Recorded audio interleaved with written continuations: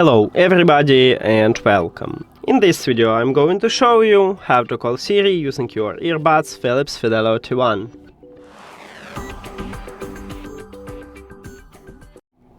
To call a Siri, we need to use the left earbud.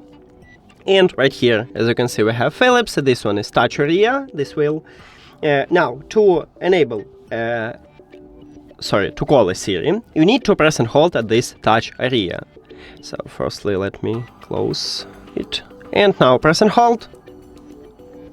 And as you can see, Siri awake. So it works. We cannot customize it. This application having this option. You can only disable touch controls if you don't need it by just tap on that. But that you cannot use touch controls. And that's it.